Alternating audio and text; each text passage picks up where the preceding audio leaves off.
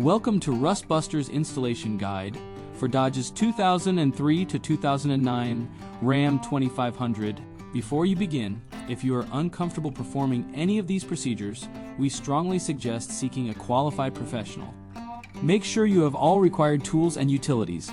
Follow all manufacturer safety precautions.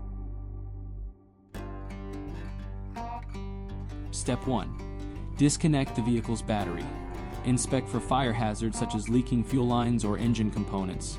Repair or remove any hazards before starting. Step 2.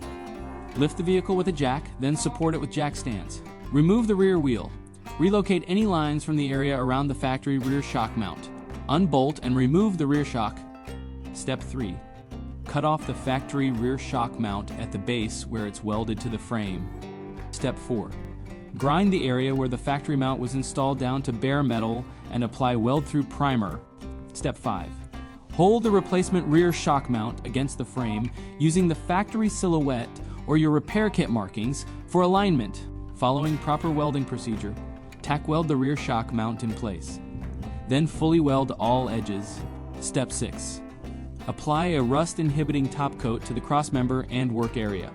We recommend our Rust Buster, Rust Converter, and Primer spray paint. Finally, reinstall the rear shock using the included M14 hex bolt and M14 lock nut.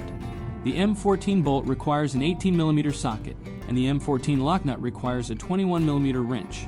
Tighten the hardware securely, reinstall the wheel, and lower the vehicle.